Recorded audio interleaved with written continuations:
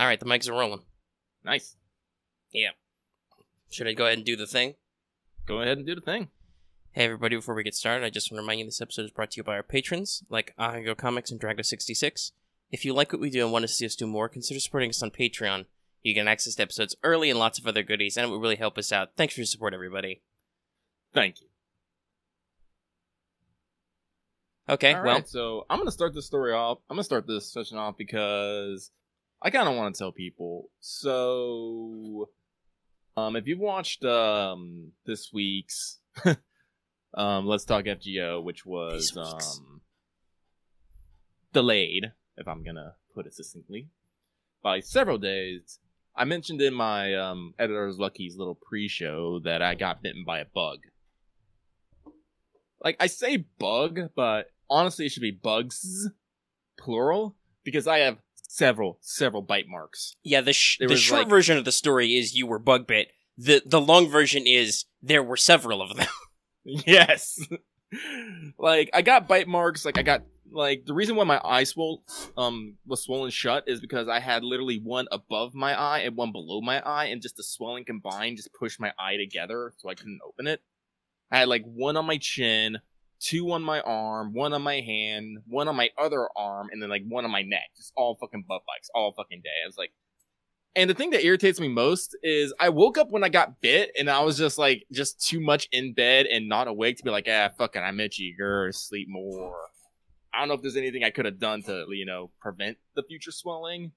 Yeah, it depends on what you have on hand. Like, I know around the house here, we have some, because we do live in Florida, and we do back up to a lake, so, there's all kinds of itchy things you can find out here. So we've got, like, little Benadryl creams and stuff, like, lying around the house. You get bit by an ant or something, put that on, reduce your swelling. But, yeah. Yeah. But I didn't. So I wake up, I'm trying to, my face is in pain. I don't know fucking why. I try to open my eyes. I fucking can't. So, the immediate first thing you do is you run to the fucking bathroom, and it's just like, oh my god! It was bad. It was kind of mortifying. Like, all I needed was a hunchback, and, I could have, tried out for an Igor. Instead of just having the wide eye, I'd have the closed eye. It was like, yeah. It was pretty bad. And that basically, after that, it was, literally 2 days of me with an ice pack strapped to my face. I got real good at bandaging my head up. I was the animes. You always see those animes with the bandages around the head. I was that. I got real good at it. I kind of considered taking a picture. I did take some pictures of my swollen face because I want to show them the work. The same, no, I seriously have a fucking problem right now. I can't see out of this eye. But I didn't post them anywhere because my face is ugly. Yeah, speaking of your work, that's kind of, if we seem maybe a little weird or off for me especially, because it's a little bit earlier than when we do this normally, and it was a little bit of rushed, but that's because your work has told you gotta do some extra work on what would normally be your day off because you missed some time.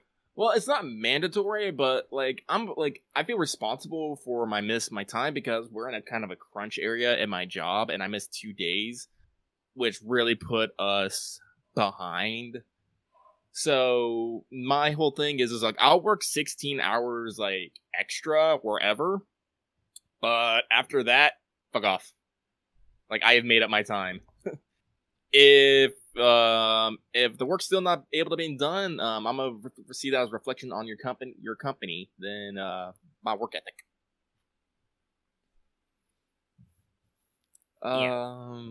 Let's see here.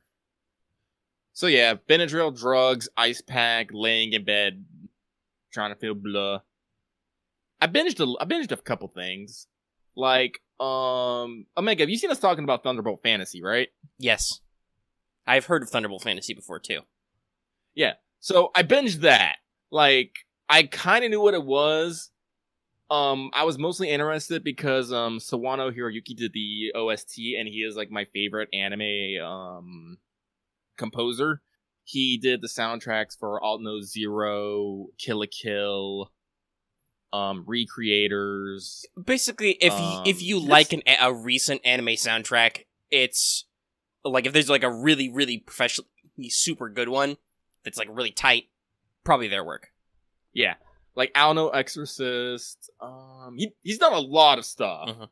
It was very distinctive style. Like, you're gonna be hearing some girl going, whoa, at some point, like, in all of them. But, so I'm basically, like, drugged up in bed, bandaged over my eye, and I'm just literally watching Thunderbolt Fantasy. Thunderbolt Fantasy is basically, it's a Chinese it's a puppet show. Like, I'm just gonna, it's a fucking puppet show. It's basically, yes, like, on I believe, a Taiwanese, like, puppet style. They're giant fucking puppets. Like, your whole arm goes up into them. Yeah, but it's puppetry. But what? I said it's puppetry, but yeah. But it's really fucking good puppetry, because they basically take these puppets and they basically enact a wuxia, Chinese, like, inspired tale using these puppets and a fuck ton of CGI. Like, you wouldn't, honestly, like, mixing puppets and CGI, you would think is one of those things that probably should not mix, but they did it here, and it is fucking amazing. Like, Megan, did you see the clip I linked, like, earlier in one of the Discord chants? Yeah, I think so. Yeah, just like... And like I said, I have heard of Thunderbolt Fantasy before, so I've seen clips and stuff. Yeah. And I sat down, it's like... It was, like, really fucking good. Like, I binged the whole thing. Because they're just now starting their season 2. Like, season 1 came out, like, a year ago. Then they had, like, a short movie. And now, like, this core, they started season 2. So I saw it pop up. I was like, sure, fine. I'll fucking watch it. Fucking loved it. Like, oh my god. Like, the main hero is fucking amazing. Like, the support cast was interesting. The villain was fabulous. And it was just... Like, and then, like, in some of the credit scenes, you can see, like, how the film crew was using the puppet and how making everything, and it was, like, really fucking interesting of how they will literally throw these puppets at each other and film it to get some of these scenes, or they'll have them on, like, a string, and then they'll pull the string so they start spinning in the air, and, like, it's like, oh, man. Like, if you want to watch something that's, like, a little unique, and, something that is definitely something that has to have a bit of love for what you're doing in it. Like, go watch Thunderbolt Fantasy. It's really good. Like, I highly recommend it. Like, I'm really excited to be watching the second season now. The only other thing I really watched, though, was, I turned on Netflix, because when you need to binge something, that's where you go. Hi. Because I was just thinking when you were describing basically what your recovery position was. I'm like, hey, that's what I do when I'm sick. I lay in bed and I watch lots and lots of stuff. Yeah. Like, I was on a lot of drugs, man. I was either sleeping or not in a state to move. Mm-hmm. Like, I tried playing God of War. It was a bad time. There was a lot of death. I had a joke, earlier, because what I would do is I would be playing, Azure Lane, like, with my phone on my chest, and God of War. And basically, every time I died in God of War, I would start a battle in Azure Lane, and that's how I got through most of the event. Because I died that fucking much. I still need to work on that, actually. Where's my phone? Well, anyway, the other thing, like I said, like, lucky taking control of this is almost done, because I only got really one more thing to mention. Because on Netflix, I binged Kuro Mukuro, which is another one of those really weird genre-smashing types. So, like, okay, so here's some keywords from it, alright? So, CGI mecha, samurai, time traveler, school life. Like, these are all big things in this series, and somehow it magically works. Like, I really, really like this series. I'm glad I watched it. Like, I wasn't able to binge it all in one day. Because I binged Thunderbolt Fantasy first, then I started Kuro Mukuro. And, like, on the third day after I got back from work, I was like, nah, I gotta go, like, finish this series, like, right fucking now. So basically what happens is alien invaders come and they try to, wreck our shit. They show up in, like, Sengoku Aero, Japan. And this, the samurai to a clan, gets like captures a mech. I don't want to get spoilers, but gets his ass handed to him and ends up in suspended animation until like far in the future when the aliens have returned. And what I really like about the series is how well they show the samurai adapting to the modern age. Because that's one of those things I always find that can be like played like too loose or too tight. Like either the samurai will like never fucking adapt to it, or he adapts, he just like it just never comes up. And this they find a striking balance because halfway through the series you see this guy like on a smartphone, like using Google and like telling people to, go like commit seppuku because you're a dishonor on people. And I'm like, that is actually kind of amazing. He's still keeping like his old world ideals, yet he's using new modern technology. And I think that was a very nice balance. And as I said, all the characters are interesting, except like one kind of grated on me, but like in the like final couple episodes, it kind of reveals why he's kind of grating. I'm like, okay, that makes sense. But I said, if you want like CG mecha samurai action, it's pretty fucking good. I like it. But that's what I've been doing. How about you, Omega? Well, I've been doing a couple of things, really. We'll keep it in the anime zone, because you also, speaking of samurai, I had time to finally go back and watch some shit from last season, so I watched all the rest of Anglemois. Nice. All the way to the end. Yeah, considering that Tsushima lost, that would definitely be the first invasion, the first Mongol invasion. Yes. Though some people are joking that it's a prequel to Ghost of Tsushima because that's set on day 9. Yeah. And the anime ends at day 7. Mm-hmm. So I mean, I'll from a viewer's standpoint, I think the ratio of people I liked who got stabbed to people I didn't like who got stabbed was off a little. But otherwise, no, it's good. Once they stopped doing quite so many night scenes, the filter doesn't get as annoying. Yeah. It was really only really bad with the light and dark contrast. In the day scenes, you just get used to it. I mean, I guess it's kind of a satisfying ending, only it's not really because they keep going. But yeah, it's an alright series. So they survived. Yeah, a couple of people survived anyway. The main characters did, even though you really thought Kuchi wasn't going to make it for a while there, a couple of times. Well, I think that's on point because pressure with that. Although all of a sudden shark, I was all like, what the fuck? A talking shark? Shark spirit. It's probably a kami. That's kind of how the idea works. Is you never know when you're gonna run into a spirit of something. There's a giant talking shark. Surprise! But yeah, no, it was very interesting. There was like a lot of weird mysticism or like just Japanese concepts in it. It's a very Japanese story, which I think for some people will resonate worse or better because there's a lot of like. They deal with a lot of I think, especially at the time, but even then, it's still in the Japanese, like, zeitgeist. A lot of these concepts are like, yeah, no, you're totally gonna die doing this, but you should still make the attempt because that's what we do, kind of stuff. Mm-hmm. I don't remember who it's from, but there's a famous quote about a Bushido, which is basically, you are already dead, so... Thus, options that do not end with you dead don't exist. So, like, it's basically like, your life doesn't matter already. You have surrendered your life, so you don't make choices where you don't have to make choices so you live. You're already dead. So, do what needs to be done. And there are a lot of people like that. Also, really encapsulates the randomness of war. The fucking Chinese conscripts have early fire lances.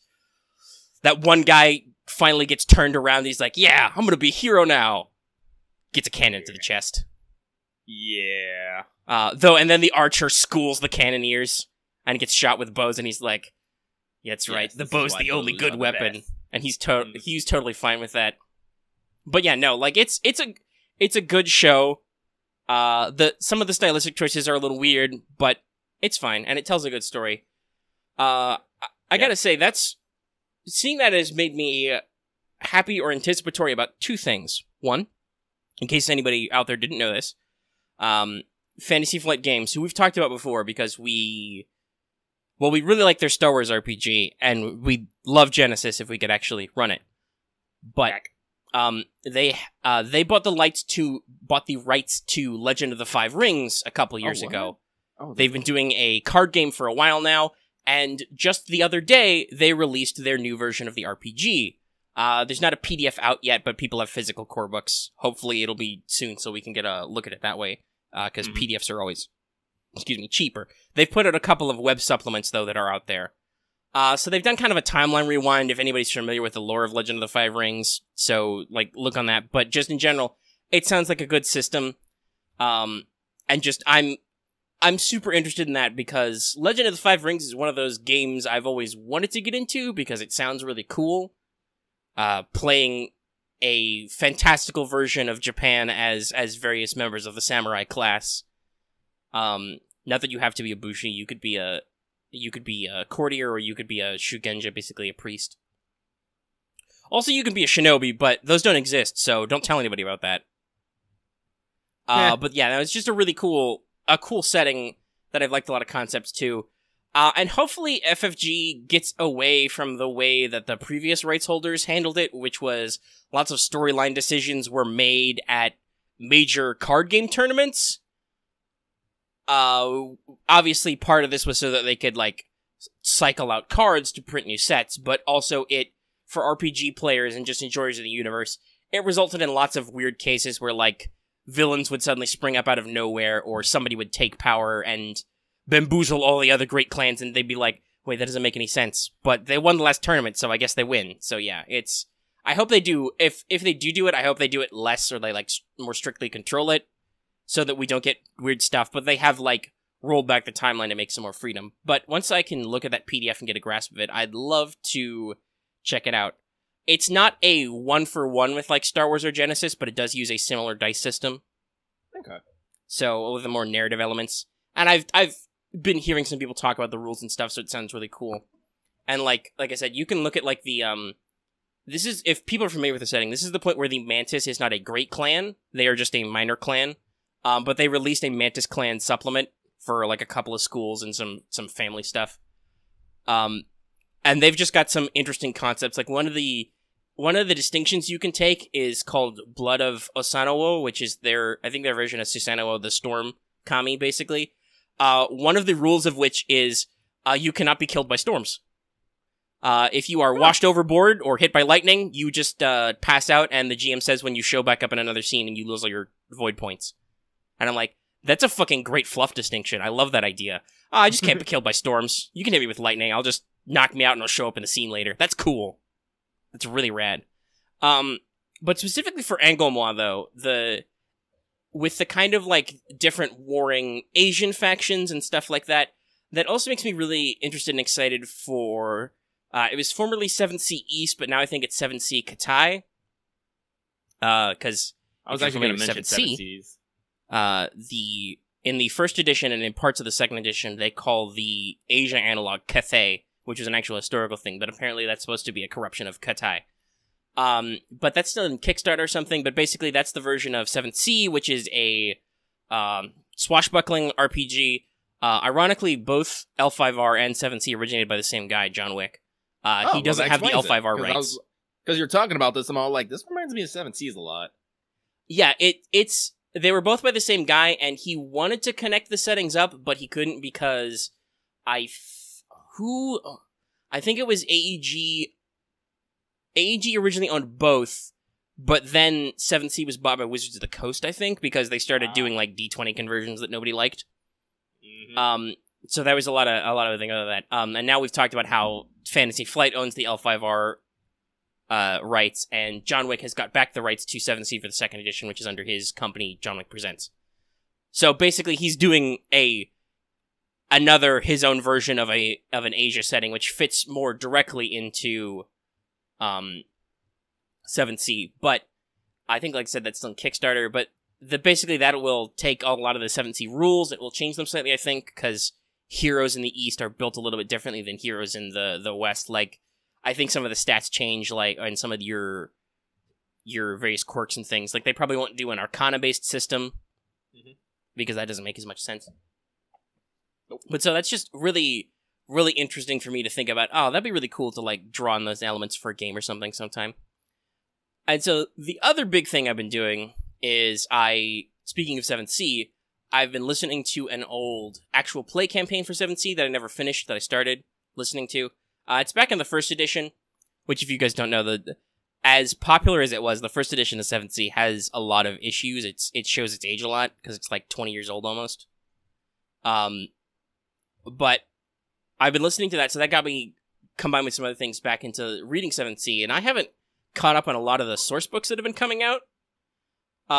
So Lucky will recognize this when I say it, but I have been going through and reading over a lot of those new books, and I have been making some of my hopefully famous cheat sheet documents to collect all the shit in all the books into a series of Google Docs so people can look it up. We did. I remember you doing that for Star Wars. We didn't actually look at the books. No, we just used Omega's cheat sheets because it was a lot faster to find everything. Because when you get like so many source books, keeping track of individual items gets really, really hard. Yeah, especially because FFG's policy was almost always, we'll throw a couple other bits of gear and guns in every book. I didn't even bother writing like stats for starships, just their classes and then some reference materials, and then be like, yeah, they're in this book. But even then, that's great because you can go, where the fuck do I find that one ship? Oh, it's in here. But yeah, so I've been doing that with 7th Sea and reading through it and thinking about stuff. I'm through a couple of books now. I put all the core stuff in. I could actually open up Google Drive and show Lucky what I've been working with. Oh. Just so you can see what I've done. Where is it? But yeah, so that's been fun to kind of look at and read through. I mean, I have some thoughts on the second edition of 7th Sea. Like, I need to reread some of the core mechanics. But, in general, like, it's a lot of fun, but also it got a lot of the... Oh, there it is. The classic... I don't want to say problems, but, like, struggles with narrative mechanics, because, like, you're supposed to phrase everything as a risk, quote-unquote. So, theoretically, there should be, like, some penalty or risk involved if you make a roll.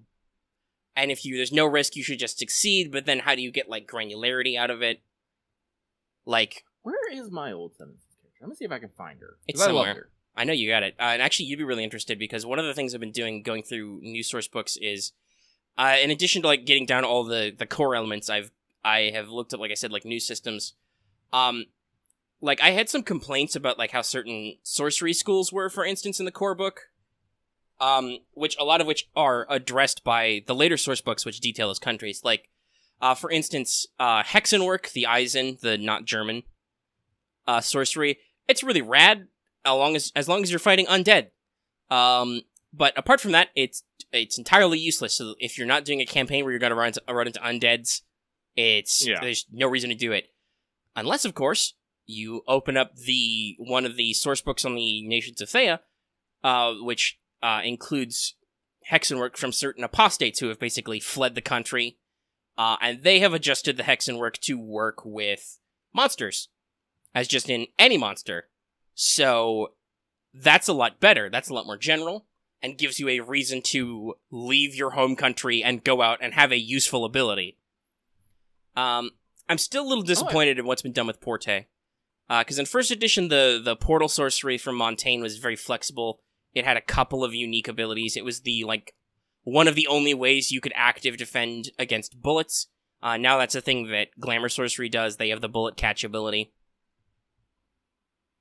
But, they had lots of other utility, like you could stop yourself from falling, you could store stuff in, like, a pocket. I think it's balanced the way it is, because it's got a high cost, because you have to take a dramatic wound, and also do actions and sometimes spend hero points and stuff. But, I think it's quite so costly because especially in a much more dramatic or narrative game, the ability to just go, nope, I'm out of this scene later, is a little rough.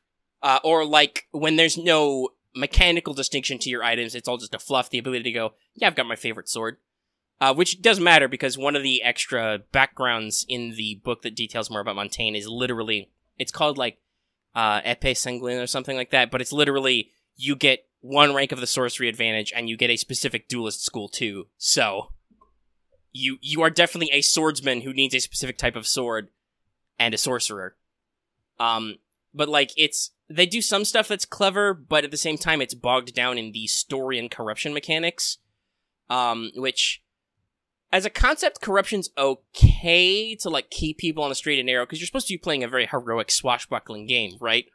Yeah. The game even is like, yeah, no, don't do certain things. Like, you shouldn't really be killing villains. You shouldn't be doing this, blah, blah, blah. But at the same time, it's like, it's one of those, your character gets taken away mechanics and involves a certain amount of randomness to it. So I'm like, yeah, if I was gonna run this, I wouldn't run corruption straight out of the book anymore.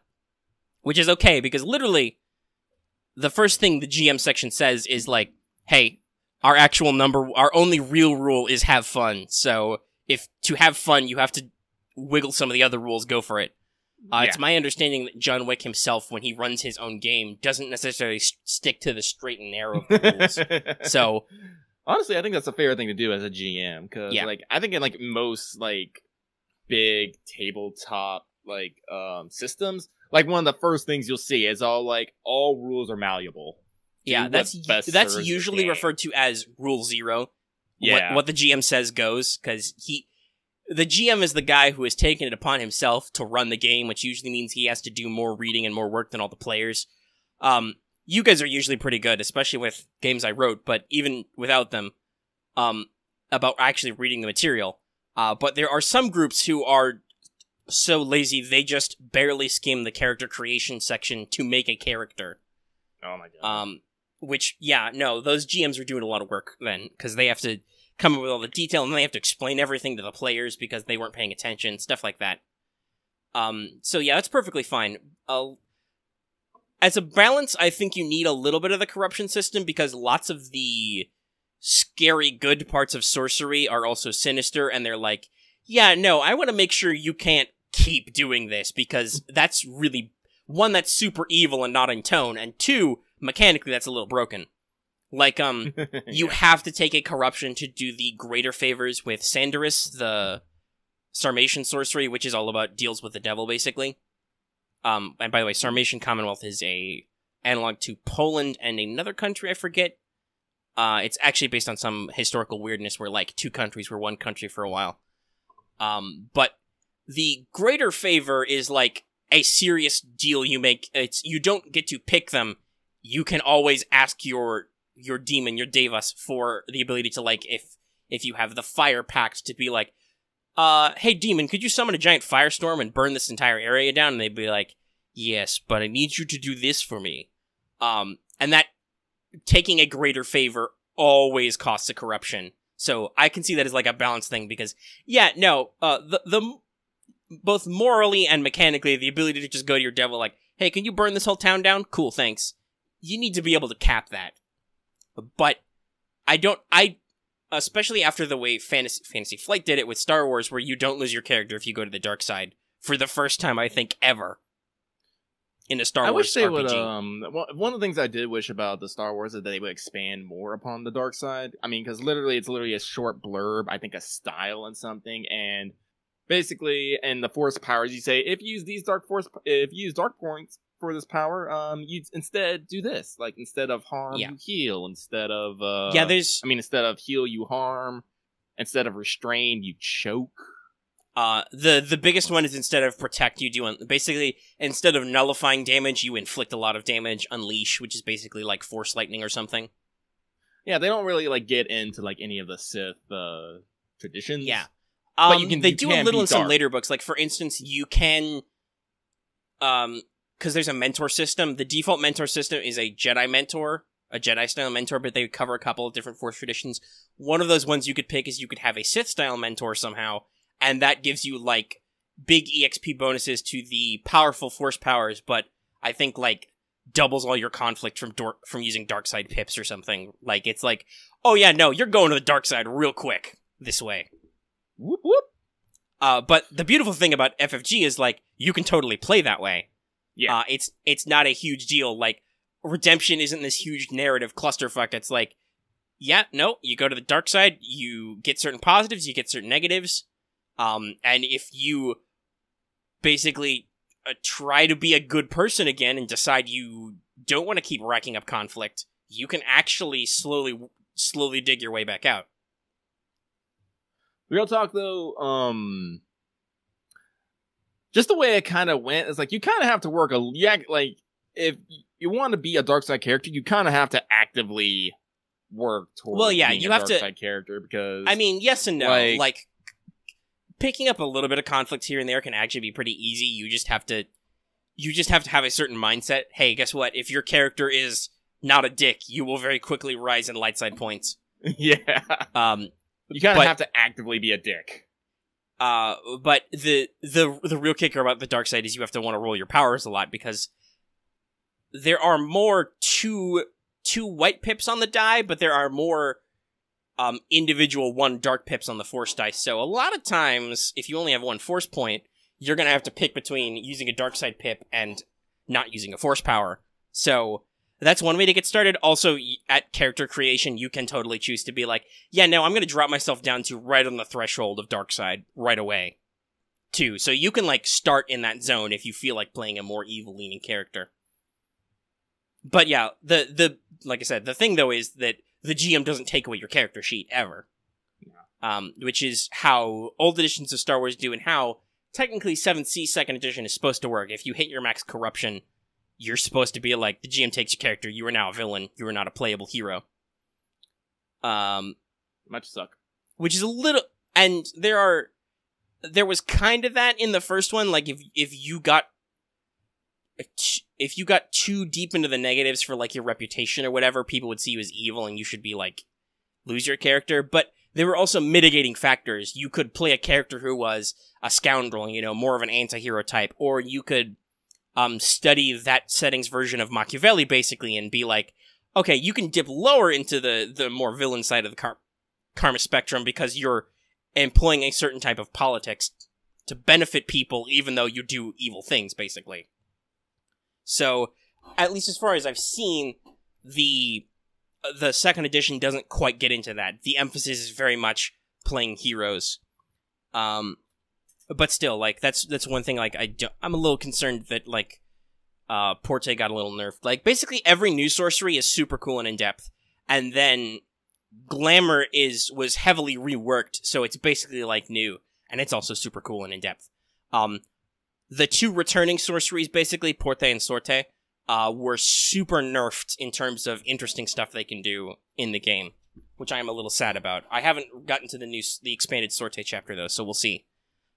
And I guess, like, that's part of the problem of narrative games, right? Like, narratively, if you're playing a Fate Witch, you could say that your ability to see these, like, to literally see the connections between people as strands of different colors, which represent certain values, like, all of it's put in basically a tarot-type system. They call it the Sorta deck, but it's cribbed from tarot, so, like, you have the 4 suits, and then you have the various card strengths, so you can kind of see the relationship between people that way.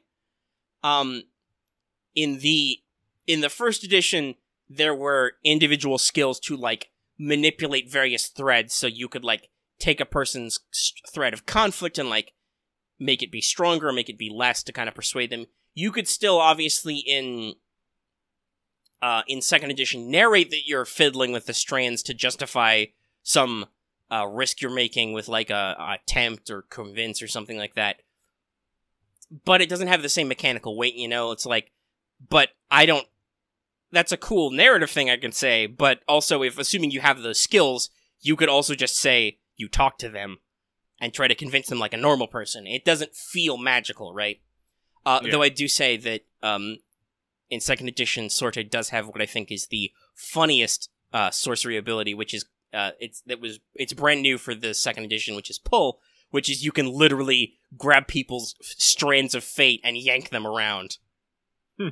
Which is hilarious. But maybe it's the tarot thing, but I have a soft spot for Fate Witches and, like, the fate manipulation stuff. That's really cool to me. So we'll see if it goes somewhere. Like I said, the expanded Porta chapter gives you the ability to, like, change some Porta mechanics to do different things. but they're all basically variants on the core rules. It doesn't expand any new tricks you can do without at least the expense of, like, altering your old tricks. And like I said, it comes with a whole, like, you have to complete a whole story to do it, and you have to, like, do this whole thing with corruption that's risky and so on, and it just seems like it's kind of a clusterfuck for a GM to design around, because stories are cool, but I've both heard from people and I can see just reading it that it'd be like, yeah, there are times when this part of the mechanic is kind of cumbersome. It's like, yes, it makes sense that you advance by taking a story, but then you have to, like, figure out your story steps and execute them, so you have to, like, do your own quests. I'm looking at, like, in addition to that. You found your sheet? Yeah, I found my sheet. Helen Ashfield, the nation of Avalon. Her religion was the old ways. She was my character who studied Eisenfaust. You know, sword and iron fucking glove. Yeah, Eisenfaust's real cool. It is real cool. But no, yeah. So I'm looking at my stories. I'm all like, I don't know if I actually did it right. Like, looking at it, I'm like, I feel like it was very underwhelming, like how I did the stories. So I was like, huh. Like, because real talk, I loved playing Seven Seas. Like, I love this character. Like, just looking at her, like, her, description, I'm like, yeah, I put some effort into this. Yeah. Which knight are you? Because I remember you're a glamour sorcerer. Yeah, a Knight of Peace. Interesting. Because that's what they did, still expand. You can actually find it if you click the sorcery link in the cheat sheet. But, they expanded, the glamour system, so you can, like, they added a mechanic called Grawl debt, so you can basically get your debt to the quote unquote Holy Grail. Because the Knights of Avalon are just a giant XP for King Arthur. Yeah. But you can basically rack up your Grawl debt to upgrade your ranks in a glamour before you activate it. But sometimes you get she curses, which are stuff like you have trouble crossing water. Sometimes people are freaked out by you, but you can resolve this by basically becoming a further embodiment of your knight. So you can switch, like, your virtue and even your heroic quirk for your knights.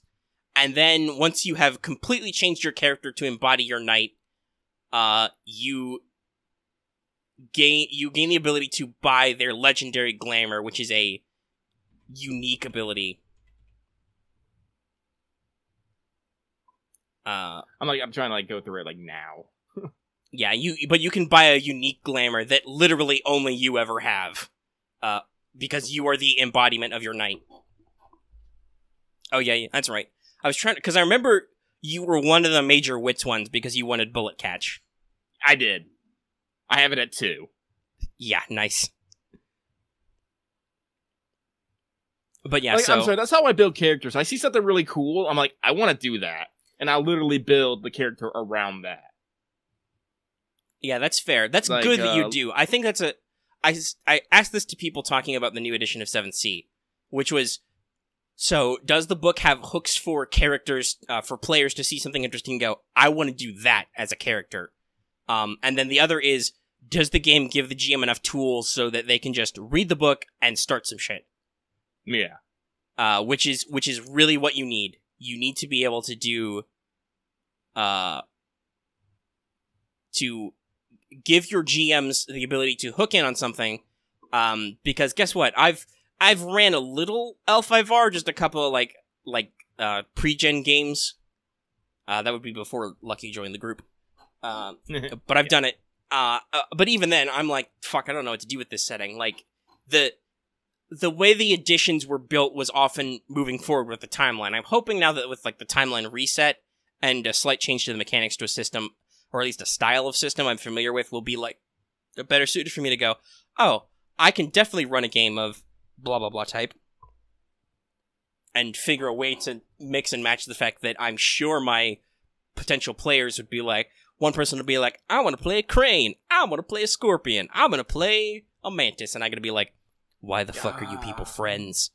So I think we had a little bit of that problem in 7th Sea. Well, like, I'm just gonna bring it back to Majors of War, because I appreciate how you did, like, the homeland and specialization things to give players a more concrete background, because this is going back to us in like tabletop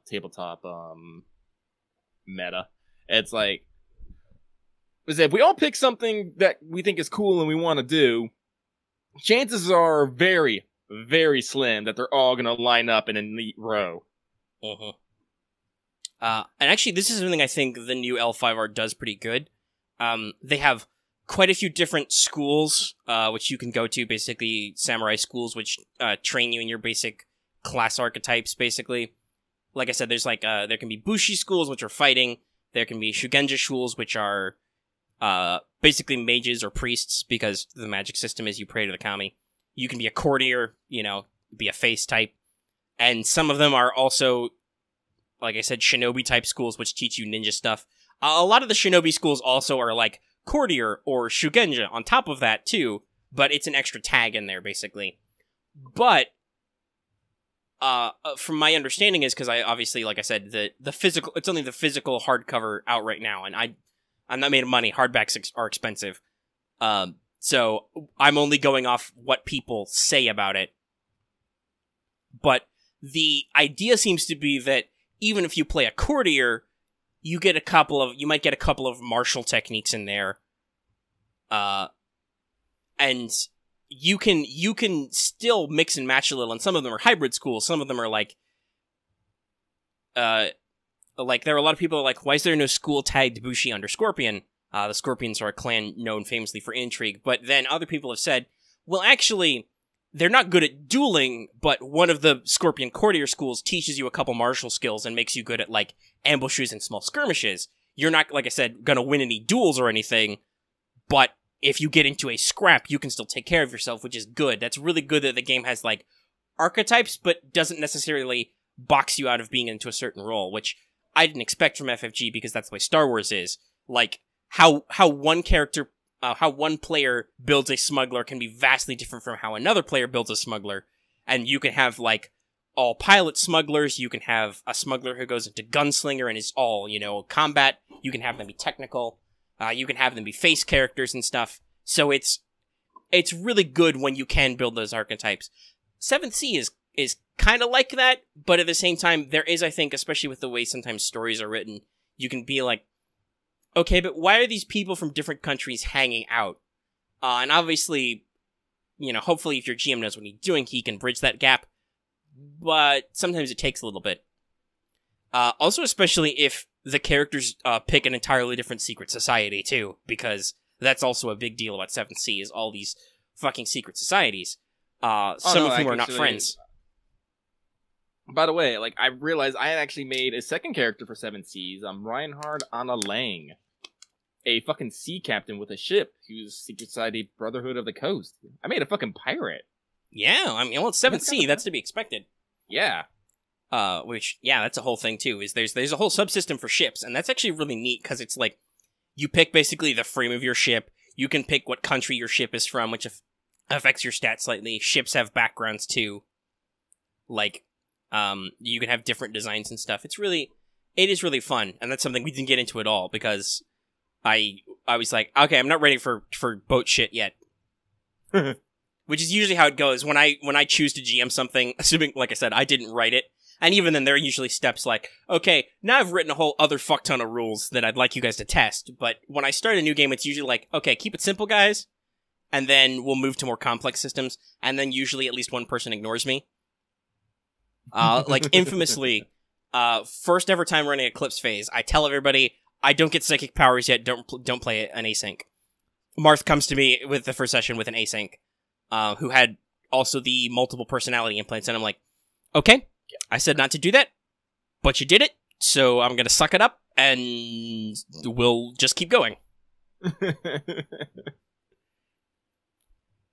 But yeah, no, like I said, a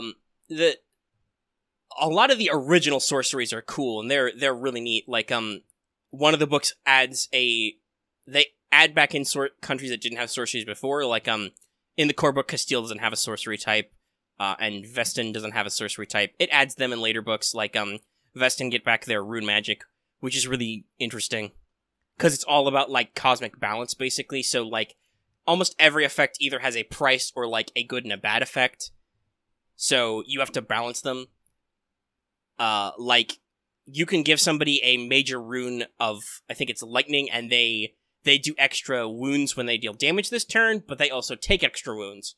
And conversely, if you debuff somebody's ability to deal wounds, you also make it so they take less wounds. So you can even, buff your allies to be like, hey, you're going to take less wounds, but you're going to deal less wounds. Or you can flip it and be like, hey, you, villain, you're going to do less wounds this turn, but also you're going to take less. Whoops. Luckily, that does not affect guns, because guns are brutal in 7th Sea. It's an automatic dramatic wound. Oh my god, I think that's one of the reasons why I wanted bullet catch so bad. It's like, no! Oh, by the way, there's another way to stop guns. It's one of the new Montaigne schools called Devore. Its special ability is, I think it's spend all your actions, but you can pick any character and they don't suffer a wound, even if that wound can't normally be blocked, including, like, guns or lunge or other stuff. And it can be yourself. So you can literally just be like, nope. Like the GM says, he pulls a pistol. All right, I'm going to do the thing where I don't take any damage. And you can just be like, no. So that's cool that they added some of those abilities back.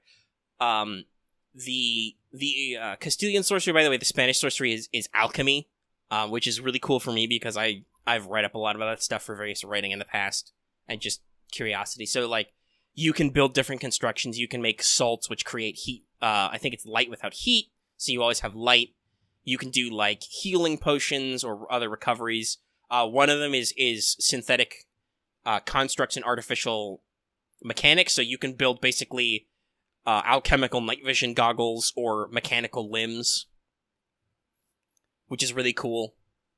By the way, you don't have to replace one of your limbs to use a mechanical limb. You can just, like, go like a tech priest and carry it around, then it'll be like, okay, I will hold this thing and I will not drop it now for the whole scene. And other fun stuff.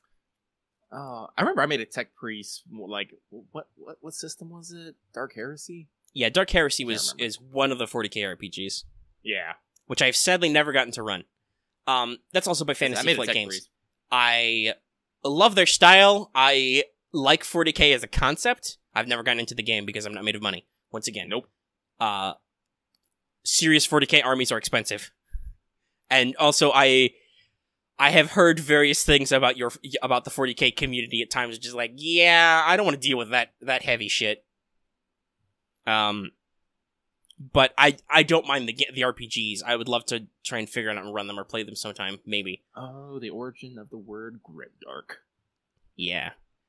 In the grim dark future of the 41st Grimdark, there is only grim and darkness. That's a paraphrase, by the way. The actual thing says there's only war. Which is true. If war stops, the game stops. But yeah, the sorceries are really cool. Like, I've read ahead into, like, the Crescent book. They have the assassins. Because the Crescent Empire is basically the Middle East section. So they have assassins. Or Hashashin. Hashish. And they actually get special abilities, like they have a sorcery school specific to them, which is kind of like how the Zabinya technique works in Fate, which is cool, but they have, like, various moves they can learn. Like, you can cloak yourself in shadow and stuff. Also, like, the setting's a little weird in that it's got some anachronisms and stuff, or it's a lot of compressed timeline, but there's an Israel analog, even though we're still in, like, the Age of Discovery, so we're, like, way past the medieval or even earlier, like, kingdoms of Israel, but we're not yet in, like, modern Israel, so it's weird that they're there, but whatever, they thought it was a cool idea. Their sorcery school is you memorize passages of the Torah, basically, and do magic, basically. You can either keep them on amulets, or you can keep a script, or you can even tattoo them into your skin. So you always have a script ready. I haven't gotten into the mechanics, but it's kind of... It's badass. Yeah, no, a lot of these are cool. As far as I know, the only two source books that aren't out that are still upcoming is the North America isn't out. South America and the Caribbean is, but North America isn't. And then I mentioned earlier, 7th Sea Katai is basically the Eastern version, which will bring in, like, China, Japan, the Southeast Asian Peninsula, Korea, Mongolia. I think India is in there too. And they might have I think they have an Australia analog. if Avalon is not throwing prisoners onto Australia, I will be disappointed. But yeah, no, so they've got a lot of those things, and they do a lot of interesting things, like I said. Like, sorcery isn't inherent to the setting, but it's usually, like, linked to your homeland and bloodlines. Dueling schools you mentioned a couple times are cool.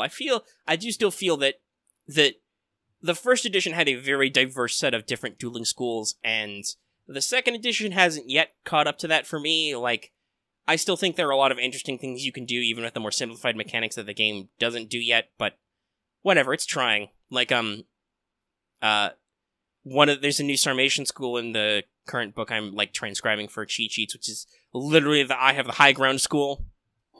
The only thing that matters is that you have a height advantage. It's meant to be from horseback, but you can be standing on a hill or a rooftop and dive bomb your opponent, and you do extra damage based on ride. There's a new Ursuran school, which is not... in first edition, the Russia analog had a folk wrestling school. This is not folk wrestling, but it's pugilism with basically hidden iron bracelets and gloves. So it's still... It lets you do duelist maneuvers with brawl instead of with weaponry, which is cool. You can still, like, put on your special gloves and fight people with your fists. Yeah.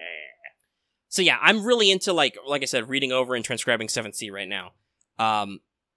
Though I did say, you guys should not be happy that I watched Anglo-Moi about hopeless military campaigns, because I haven't mentioned this to you guys yet, but the African campaign in World War I did not go well for the Germans. Those hostilities were over by 1915. The war doesn't end until 1919. Ooh. So, we'll see if you guys can change history if we ever get around to running that game. I've been slipping on that because I don't know why. I think I just haven't finished my character. No, that's fine. So I'm just waiting for you guys to get characters in order, and I'll probably put some finishing details and roll on random tables. That was my explicit conceit when we agreed, fuck it, we're just gonna buddy cop Mages of War, was, yeah, I'm just gonna roll randomly on my random tables I literally designed for this purpose. Yep. I spent a lot of time writing tables so I can roll them. Yeah, I haven't been bugging Marth, because if I haven't been working on it, I'm not going to bug him to work on it. Mm-hmm. And I know you're busy, so I don't want to necessarily bug you about it. Yeah. I already have to bug you about other things. Yeah. I'm going to make a sneaky note about work on Mage of War character. Mm-hmm. I am covering my desktop. Like, if somebody goes like, well, if you guys are so excited about 7C, why don't you run 7C? Because I'm not done. There's a lot of books. There's a core book, there's 2 books on Thea, the Europe analog, there's a book on various pirate or nautical nations, there's a book on the Middle East, and there is a book on Central and South America. I am, like, through 2 of those books right now. So, until I, like, transcribe everything into my cheat sheets and I can look at all of it and I can kind of, like, get plot hooks, there's no way to run a game. They'd be like, well, it's only half done. I don't even know what all the options are. And also, if people are still interested, I have not shifted away from Material Girls yet. A lot of the ideas are still rattling out of my head. It's just I haven't had that spark to actually put any of them down yet, but it's still rolling around in the back burner.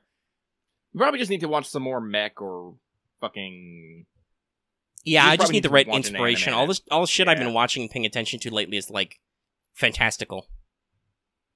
Like, speaking of which... I think this is a good point to segue into fantastical. So, like, I think over the past couple days, you say you've been catching up on your animes, and so I know you watch Slime. Yes, I got reincarnated as a slime. Mm-hmm. Like, I know I'm repeating myself at this, but it is top %. No, it's really good. We should probably talk about that fully first. Yeah. So, like, yeah, no, I watched the first 2 episodes which are out. It's pretty good. The production level's pretty good, and honestly, if you, like, you could, from reading about it, think, oh, this is just another typical, isekai bullshit plot. He reincarnates with a super broken ability. And kinda, but also not, because our hero does reincarnate as a slime, and he does get the Great Sage ability to, like, basically he has a cheat sheet, but he still has to ask the right questions. Yep. And he can... As a slime, he can eat stuff and absorb it and gain its skills, but that's not really any different than how adventurers work in a lot of these settings anyway, which is just kill monsters, learn new stuff. It's just specifically he gains information about what he ate specifically, as opposed to, I punched enough orcs, now I can speak a new language, which is sometimes what happens when you, level up in D&D. So, like, I think that this is, like, first he learned his own move, which was basically water manipulation, which he learned by, like, literally falling into water and trying to have to figure out how to get out. Mm-hmm.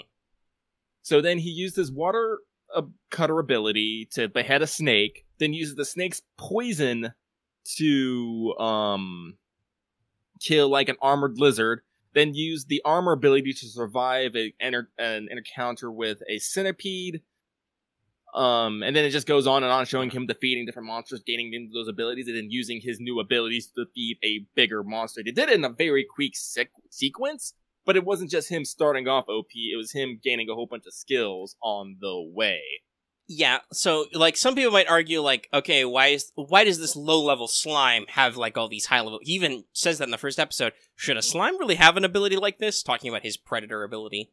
Yeah. But also the other thing is, I think that while the character is very human, he's also shown very well in the beginning. He's just like, oh my God, I'm just a normal dude. I happen to have never had a girlfriend, but who cares? Like, he's got a normal internal monologue, but at the same time, he's still very personal. And then how he gets reincarnated is there's a rando dude with a knife running down a Japanese street, and what does this guy do? He pushes his subordinate out of the way so he doesn't get hurt, and he gets stabbed. And, like, so that definitely shows you that this guy's got a decent mentality underneath, right? Like, yeah. He still has his human wants and desires, but fundamentally, he starts the series off by doing a good thing, basically a self-sacrifice. So you're fairly positively disposed to him without him seeming like a total loser. Like, he sounds like a perfectly functional member of society. Honestly, the way I understand Japanese relationships right now, the idea of him being like almost 40 and never having a girlfriend is not crazy, because the Japanese work ethic is still a little bit fucked up. And not to mention, romantic life is still very conservative. Yeah, no, like, they arguably, you could say that's probably a commentary that, like, this dude who is noble, perfectly functional, has a decent job, has no romantic prospects whatsoever, because that's just how weird their society is right now. Yeah. And of course, because of that, he has to make the comment, please destroy my hard drive by dumping it into the bathtub, which, kind of makes you laugh. This guy is literally dying on the streets. He's talking to the guy he saved, and he's like, you need to do me one favor. Destroy my hard drives. And he does it. And the final... What? he throws his computer away. There's a great big do not do this disclaimer. The guy prays, and he says, I will name my firstborn son after you, senpai. Like... The thing about Slime that's really getting me is, like, yes, the animation's real done, but a lot of the... Oh, what do I want to call them? Like, the scenes where he's getting skills and he's talking to the Great Sage. Like, there's a lot of, like, graphical and video effects in there that are really fucking awesome. Yeah, it's like got a lot of high detail work. Yeah. Like, at some points, there's actually, like, 3D images of a slime, just him blobbing around or rolling down a hill. It feels kind of Shaft-like, and how they're just using weird angles and little extra bits floating about. It's just not all of them just sticking to this one animation style. They're mixing in things. Mm-hmm. And also, I feel like it at times gives you an appropriate sense of alienness, right? Like, when he is speaking to his inner voice of the Great Sage, there's, like, weird graphics and like Photoshop filters and stuff, and you're like, yeah, no, this is probably a weird experience. This is suitably, like, mystical. He is basically gaining enlightenment and so on. But yeah, no, the so far, like I said, the animation's really good. The plot's pretty simple. Like, it's also not like you'd expect, like, oh, he's instantly thrown into a harem. Like, I am sure the harem-esque options will appear, because they made a point of saying that he has no romantic prospects as an alive dude. Actually, I read the light novel, and yeah, he kind of gets a harem, but it's not like he's a slime, and that's like one of the things that's always at the forefront of his mind is he's a slime. Like, a quick spoiler, that human form he gets later, genderless. Well, because I've been thinking about this since I saw the OP.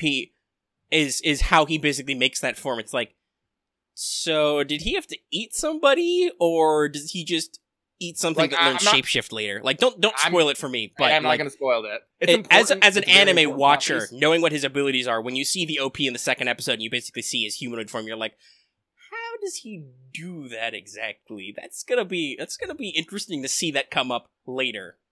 So, like, I will say this, Slime, I got very kind of, like, I read a lot of the light novel. I haven't finished, like, I'm not up to date with it because I haven't read it in a long time. But it is definitely more story-focused than a lot of isekai, because a lot of, more modern isekai fall into the trope of, this guy's literally thrown into the world, and now he's just gonna kind of do whatever. Has no real direction. That's not exactly entirely the case with Slime. As I said, it's still kind of, I'm gonna do whatever, but there's always a goal he has in mind at each point. Right, he starts goalless, just fucking around eating stuff in a cave. Yeah. But then something happens, and it changes his opinion. He's like, oh shit, I have stuff to do now. I have to leave the cave. Yeah. He learns something, and now that he leaves the cave, he's like, oh, because I've done some shit, now this goblin village might be attacked. I should protect this goblin village. And things just build and build and build from there. Like, he has a to-do list. He's a character that acts and reacts. Because, because that's one of those things in story writing. If you have a protagonist that only reacts, does not drive himself, you ultimately end up with a kind of flimsy, going nowhere protagonist. You have to have a protagonist that actually wants to do things and go places. Well, not necessarily go places, but do things, have goals. And also, it's important to point out, like when you're talking about the Goblin Village specifically, despite arguably having OP abilities, like we said, he still doesn't intrinsically know what to do with them. Like, he doesn't realize he's putting out this super dark aura because he never thought to look at himself, basically.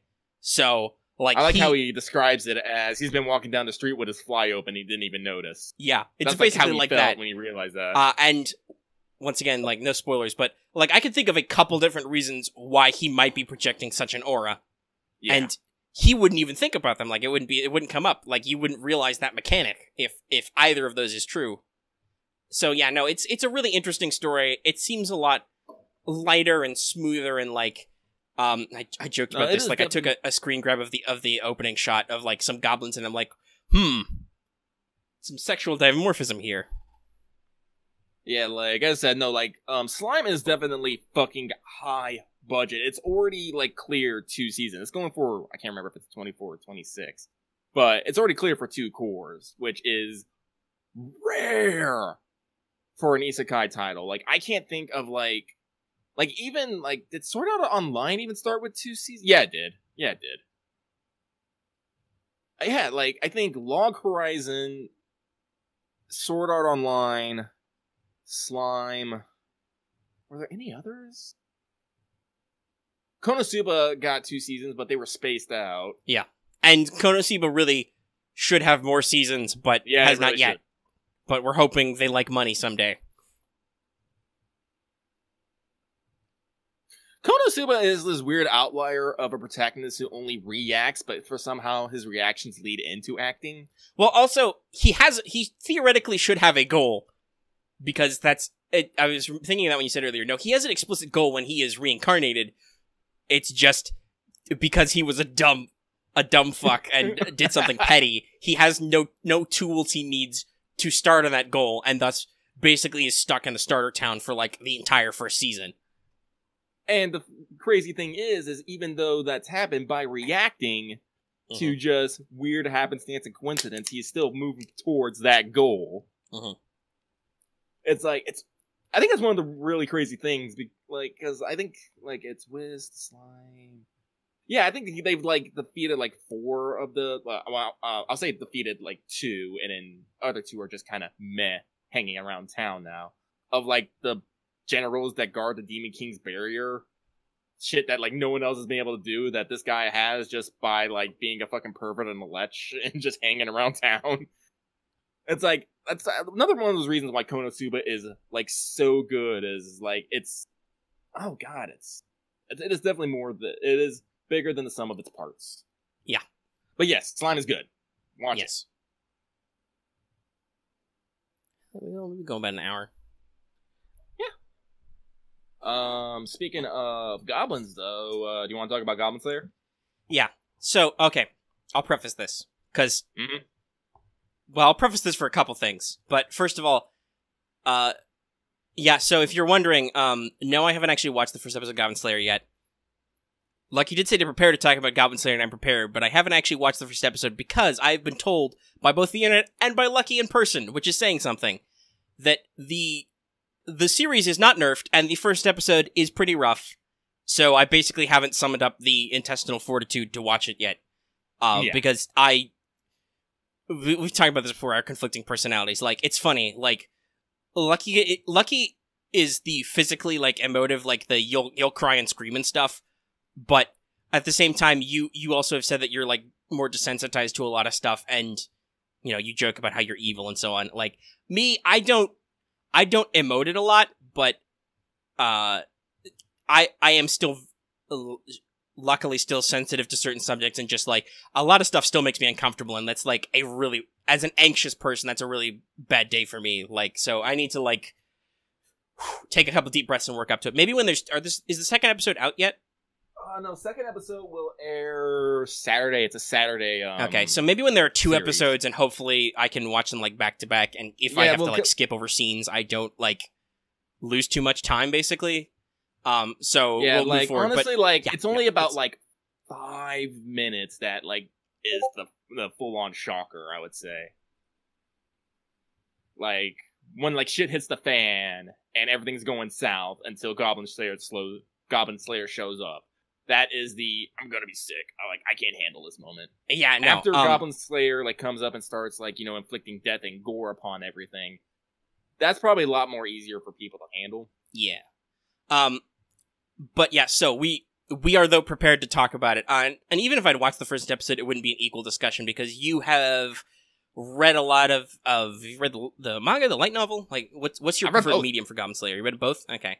So yeah, you would already know more about the setting than me anyway, but we've talked about it before. Yeah. And yes, no, we're not joking. The darkest levels of Goblin Slayer are high. We're talking like a lot of the infamous stuff, like, would you say like a Berserk maybe, or some of those other infamously dark moments, only it's very front-loaded. Goblin Slayer really wants to present to you quickly how much of an issue the goblins really are, I think. Like, it wants to drill into your head. By the way, the goblins are bad fucking news, so that's why we accept that this character is our protagonist. Because I've seen lovely screen caps of the manga of Goblin Slayer doing some shit to goblins because the internet exists. They're usually posted by me. I'm like, like other places. Like, before, Goblin Slayer, I think, was infamously divisive to a lot of, like, fantasy type fans, as like, oh, it's just super edgy to be edgy, and other people are like, no, this is actually an interesting take on the question of, like, low level mobs and blah blah blah. So, like, it was already divisive just as a story. Now that the anime's come out, one, we are warning you, yes, it's pretty rough, and two, some people do not appreciate this roughness. Like, with the anime coming out, people, it's now, things have been pretty time of people who knew what was gonna happen and went into this, and people who didn't know what was gonna happen and went into this. Because, like, a lot of people, like, because I said, the original light novel came out in 2016, so it's been out for a couple years.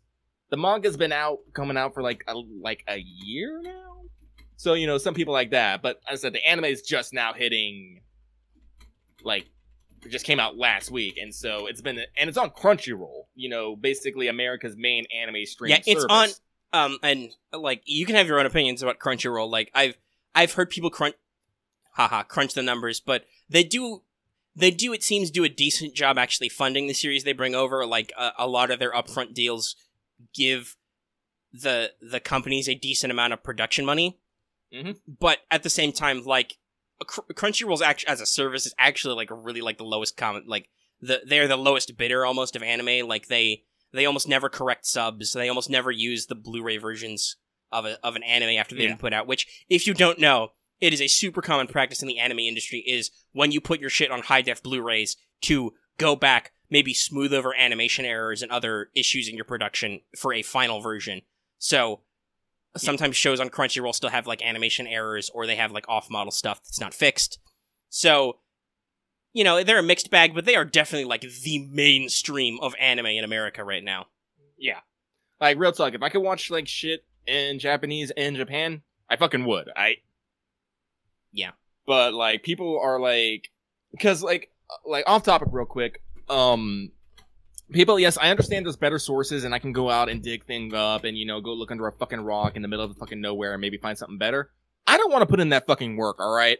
I just want some, I said this, like, Omega said this about me, too. I'm pretty fucking unjaded when it comes to my anime. Just let me see it. If it has error, if it's not the greatest, whatever. As long as it is content that is being beamed directly into my brain by my eyes, I'm okay. Yeah, and also just the general, like, okay, so some people are connoisseurs. Some people are the gourmands of whatever their preferred hobby is. They have the desire, the knowledge, and the stamina, basically, to go out of their way and find the highest quality product of whatever the fuck it is from the best service or whatever.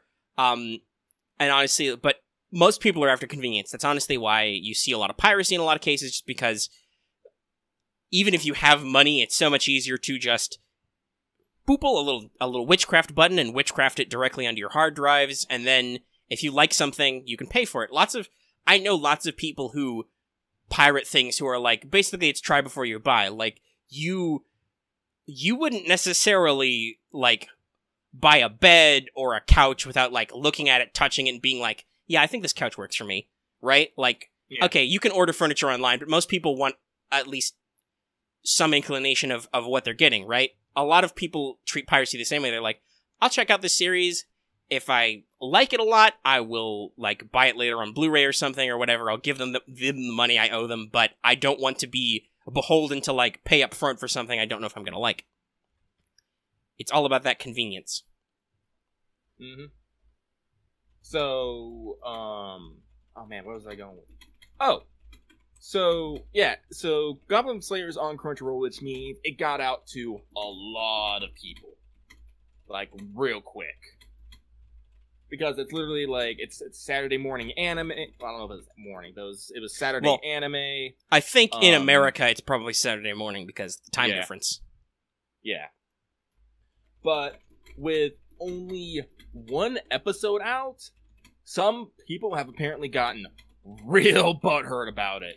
Oh, now, yeah, no, I've seen quotes on Twitter, usually from people who are more moderated on it. Yeah.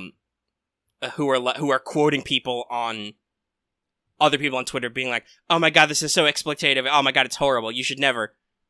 Yeah, no, like, someone in our Discord did link a video, basically pretty much titled, if you like Goblin Slayer, you are a hypocritical edgelord. I didn't watch it. I was giving the person the view. And no, it's fair. Guess what? I see those videos sometimes. I'm like, nope. And, like, also, side note, I already knew that. Thanks. It's called being human. Unless you never entertain dark thoughts or, you know, always practice what you preach, we are all hypocritical edgelords. Yeah, we have talked about, like we said, like the imp of the perverse or l'appel de vide before, like it is the nature of human beings to have dark emotions and thoughts. Functional people go, no, that's dumb. Let's not do that. Because guess what? Not doing that would be dysfunctional, regardless of your morality. From a pure, like, pragmatic standpoint, you know, if you, like, pick up a knife and think, you know, I could stab my hand with this right now. You don't want to do that. That would be dumb. Why would you do that? Yeah. So, I was like, yeah.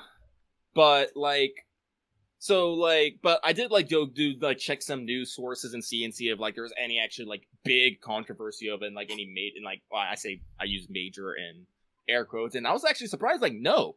Like all, like, anime review, like, most anime review sources are, like, kind of keeping a moderate view of Goblin Slayer as a whole. They're like, it's fucking dark, okay? But it's good. Well, yeah, that's, we spawned this whole big conversation in our Discord anime thread, going back and forth about, like, especially about sexual subjects. What's exploitative and what's not? Yeah. Because, I mean, we've all said this. Most people should have a reaction to sexual violence of an automatic gut check. Yep. You should not be comfortable or okay with it happening. If you do, that means you have probably been really desensitized by some shit, and that's probably not good. Yeah. But like me, at the same time, like, do you want to say that, oh man, this is icky and makes me uncomfortable? Do you want to make that, like, off limits? Which I don't agree with. I don't agree with the concept that you can't touch on subjects that people find uncomfortable or that could be exploitative, because that's just like I admit there's always that concern. You don't want to normalize behaviors. I don't think we're normalizing goblins. No. See, here's the thing. Like, this is what I say. I'm okay with dark and mature things as long as it has a weight and purpose. Right. Sex and violence merely for the point of sex and violence is dumb. It's like, pandering or it's exploitative. Like, it's like those classic exploitation movie genres, like rape revenge movies, blaxploitation, shitty gore-fest slasher movies. Yeah, it's like, and that's the thing,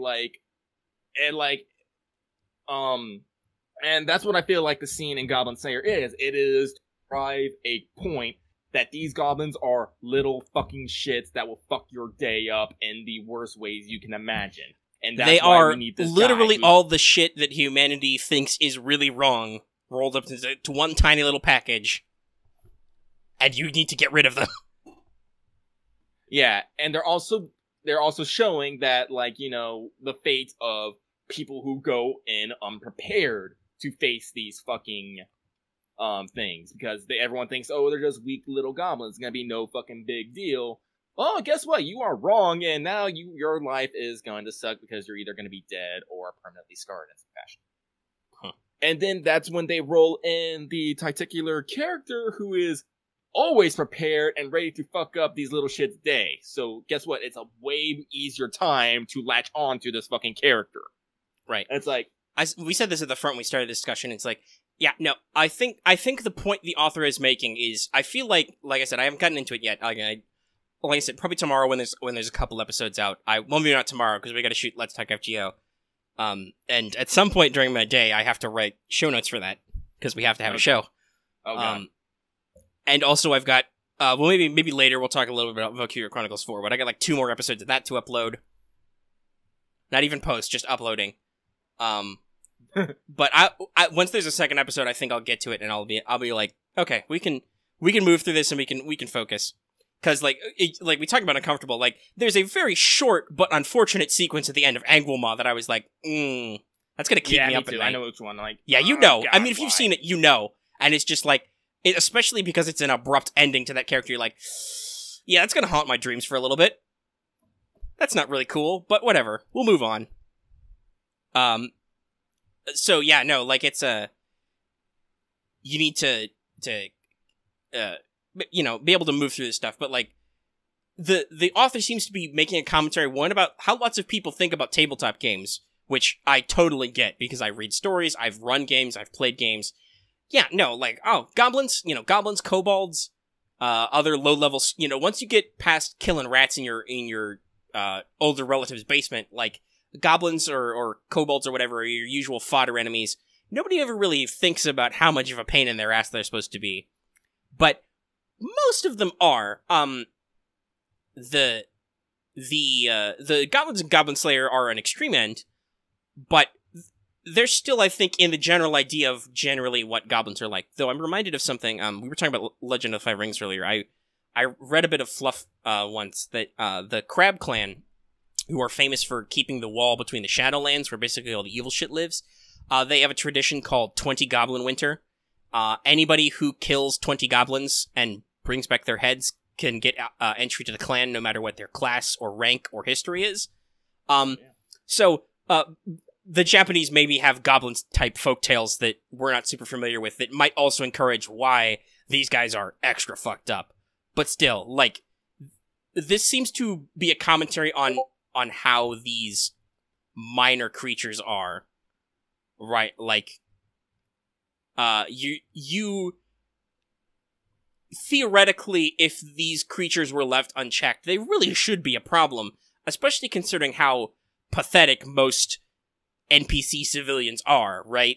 Or even first level adventurers. Like in like most editions of D&D, or like in Pathfinder, the big one now. Like, if you're level 1, you know, there have been editions of D&D where a rogue scratch from a house cat will kill you, right? Like, yeah, that's like, it's like level 1 is like infamously squishy. Yeah, no.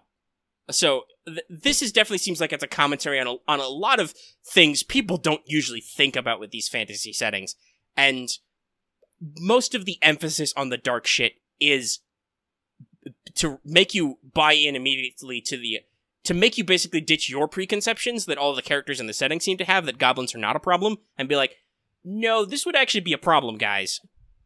Yeah, like, we actually, like I said, the Goblin Slayer sparked our own discussion in Discord, you know, and stuff, and like I said, I'm super proud of our group. We kept things, you know, civil, and, you know, there wasn't a lot of, this. But, like, the biggest thing is, like, people were, like, more concerned about the overworld world, inconsistencies, like, with, if these goblins are, like, such a thing, like, why aren't they a bigger problem? And then we cycled that back into tabletop RPGs. It's like, and basically, and to modern society, it's like, it's real, like, even nowadays, like, people think, like, you know, like, there's a lot of problems in the world today that people just kind of, you know, gloss over. Yeah, no, there's, like,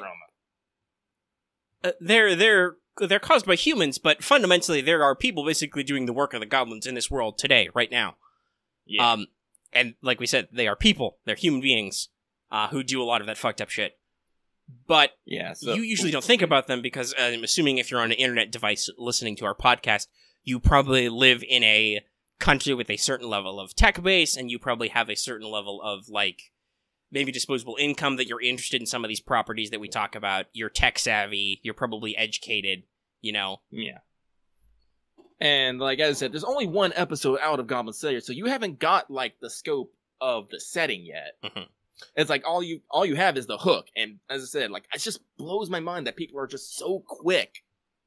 Well, like I said, I think they come from the right place, but there are some people there. We've talked about how there's a certain level of outrage culture now, and like there are some people who are so bristled and so maybe not shocked, but like so ready to be pissed off about something that are like, whoa, ho, you're pulling out some of the stops here. I'm not okay with that. Whoa, slow down. What are you doing? That's not cool. And then some people are like, some people take that's not cool response and go, that's not cool ever. You should not use these tropes at all, which I'm like, like, okay, I mean, people are fucked up. Some people are probably like, yeah, bueno. Yeah. That one screen cap. But most of those people are probably a little non-functional anyway, or dysfunctional in society. Yep. And quite frankly, Goblin Slayer's not going to do anything that those people didn't do already themselves. Like, it's not going to give them any new ideas or change their mentality or anything. But, for most people, it's still fiction, and like I said, most people are not happy about this going on, right? And yeah. I said this before, while you don't want to normalize stuff, at the same time, you need to acknowledge that bad shit happens, because if you don't, people end up naive or ignorant. They don't realize certain problems or certain things are out there. So you want to present stuff not in a way where people become desensitized or normalized, but also want to remind them, yeah, no, shit's fucked up. Like, this should be seen as a bad thing, but also you need to remember that this bad thing happens. It exists. It's real bad. Yeah, like I said, I can't remember, like, chapter per chapter, but, like, I think this is, like, only, like, the only time that, like, rape, like, directly happens. Like, I think for the rest of the series, it is only reference to, or, like, you, like, see the victims of, or, like... well, I'm gonna offer a minor spoiler, but there's a very infamous screen cap of Goblin Slayer with some baby goblins. Yeah. So, there's maybe some aftermath, some illusion stuff, but yeah, especially now that you say that, that definitely makes sense, because that's like, no, this is the one scene to basically, like I said, this is like your gut check. This is to make everybody feel uncomfortable and realize how fucked up the goblins are. And then, like I said, no matter what happens to them next, you're probably going to be like, but that first scene though, or that first time, fuck these goblins. Yeah, no, I still don't like these guys. Nope. So I think that's the point, yeah. It's like, it's meant to stick with you and be like, oh, these goblins are getting brutally murdered. Am I still okay with that? Thinks back. Nope, still fine. Keep going, buddy. Yeah, like, as I said, like, as the series expands, you'll find out, like, Goblin Slayer, is literally a D&DS game that's going on. Like, they didn't explain in the first episode, and I really, really hope they do, because, basically, in the light novel, and I think in some points of the manga, basically, they describe beings like creating dungeons, moving characters, and rolling dice to determine the fate of these people. It's like directly a fucking tabletop game going on with gods. And one of the like key points about Goblin Slayer is, like, I think they say this like in one of the, like, fucking title cards or something, is like, he does not let anyone roll the dice. When it comes to goblins, he is always fucking prepared. He always has a fucking plan. He is going to fucking kill them. And, like, as I said, so, like, I'm kind of worried, like, the animation in Goblin Slayer was pretty good. Everything's kind of, like, I actually looked up at the staff. Like, the staff is, like, pretty top tier. Like, the director is Takaharu Ozaki, who did Girls Last Tour. Did you watch Girls Last Tour? You probably did. No, but you've talked about it. Yeah. The series composition is Hideyuki Kurata, who did Made in Abyss and Read or Die. I know you've watched Made in Abyss. The script was Yosuke Kuroda, who did My Hero Academia. Character designer Takashi Nagayoshi, Girls Last Tour. So, like, with the exception of, like, My Hero Academia, Girls Last Tour and Made in Abyss are, like, kind of dark and grim series. So, like, I feel like this is in capable hands going forward, but at the same time, I'm worried it's all, like, the compression of information might make some otherwise important facts kind of go amiss. And I feel like that might be to the series' detriment. Yeah, we'll have to see what they do. Do we know how many cours they're booked for? Just one. That's probably fair. Then they'll probably do what lots of popular series are doing now. They'll do one now, and then they'll be like, and then maybe we'll come back later. Goblin Slayer, Revengeance. That used to be a thing they did with, like, if you took a little break, they'd, like, rebrand a season with, like, a subtitle. Yeah. Now that doesn't happen so much anymore. It's just, yeah, no, this is the next season. All right. Well, there's a little bit of dead air. Do we have anything else we want to say on the topic of Goblin Slayer? I don't know. Like, this might come from me having a different mindset with my, like, anime watching habits. Like I said, I'm very emotive, but very precise at the same time. But I really feel that people are expecting a bit too much out of anime, or expecting some deep message in everything. Like, actually, we kind of talked about this a little in our Discord, like, talking about, like, auteur theory and stuff, like, the idea that even big works maybe have, like, a singular mind behind them, like, they can be, like, a high art. But also, the auteur theory doesn't explain every movie. Like, some movies are still made by a studio production. Like, they're built by committee, they're designed with entertainment in mind. They're not meant to be, they're meant to be entertaining and profitable, but not necessarily, like, a high art. They're not like a magnum opus, right? Like, yeah. So that's one thing you should always remember, especially when talking about adaptation animes, because remember that this usually, if they're smart, they hire on the authors as, like, consultants, but they're still going through a couple layers here, right? Yeah. And the other thing is, like, we talked about this a lot. Like, a lot of these light novel adaptations, I don't think the authors intended them to be high art when they wrote them. They're not writing a fucking magnum opus, like I said here. They're, like, honestly, a lot of these people are just, like, working through ideas or emotions or whatever. Like, that's an important thing to think about creativity. When you are doing something creative, like, I don't know, like, as a creative person, I don't always relate if people don't have certain creative impulses, and I think everybody's creative style is a little different. But in general, when I you look at a lot of isekai, like, light novels, like, I don't expect the Americans, like, I'm expecting the author, it's all like, he's probably a lonely dude who just wants to write a fucking power fantasy with a lot of chicks. And you know what? That's fucking cool. It entertains me. Right. Like, this guy like, I don't know what everybody's creative process is, and some people don't, I don't want to say some people aren't creatives, but some people aren't creatives. Like, it's, I want to say that in not, like, a rude way or anything, but I also accept that some people don't have that type of mindset. But usually with the creative process, like, when you feel the need to create something, to work on something that falls into one of our various creative aspects, whether it's drawing something or writing something or whatever, you feel like an idea that kind of pulls out, and you kind of work with it from there. And sometimes what you create is a very simple expression of whatever thought or emotion or idea you had. Others are more complex, and that depends on what you're working with. So, like, maybe the guy who wrote Goblin Slayer was just like, I just want to write a story about, maybe he was playing tabletop one day, and he's like, God, wow, goblins are really, considering how bad, or they're supposed to be, goblins are really underappreciated and joked about, and not seen as a concern once you get past a certain level. Why don't I write a story about that? We talked about, like, how the Gate author was returning from war, basically, so he probably had some shit to work through, which is why he has a military power fantasy. Lots of these are written by web novels, I assume by, like, writers who are, like, trying to get their foot in the door, basically. They're, like, trying to write to just get their first ideas out, and then sometimes people latch onto them. Like, we talked about Sword Art Online. That started as a web novel. Like, that guy just like, writing that on the internet, and then people liked it. Like, it got, fuck. Sorry. It went viral, like, a lot of, like, these isekai, like, especially, like, isekai, start off as web novels. Yeah. Like, a lot of them are just... make a transition to light novel, where they usually, like, get, like, another editor who goes through things, cleans things up. Then they usually get a manga adaptation, more information. Then they usually go from there to an anime. And sometimes those versions of the story are entirely different. Like, we talked about Tanya and the Saga of the Evil, how, like, the light novel, the manga, and the anime are all...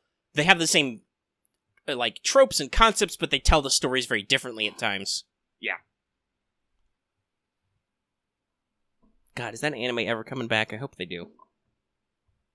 There's a lot of anime that I want to come back. Like, remember Kakegurui? That was really good. That was really good. That show was rad. Netflix, when are you going to buy the second season of that? I know they've announced that there's a second season of B coming, but that was only like a couple months ago, so that's obviously a while out. But But anyway, let's see. We haven't been going on as long as we usually do, but I am a little tired. Like I said, Lucky requested that we do this show as early as possible, so I kind of like got up and going a little quick. So I'm a little worn out, but also, have we hit most of our major topics? Let's see here. I'm trying to think. I did want to talk about SSSS Gridman because I discovered a fact on it that made me super nostalgic, but we can probably save that for next week because you probably haven't watched Gridman either. I mean, you haven't watched Gridman yet. Yeah, video games wise, I'm still playing God of War. I guess I can talk about my new love of mythology and how much I have learned that Odin is an actual fucking dickbag. He is. It's like, thank you, video games, for teaching me this fact. But, again, I can save that for next time.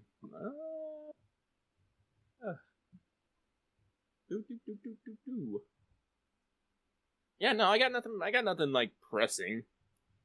Alright, well, I said I'd mention it a little bit at the end, so I will briefly talk about VC4.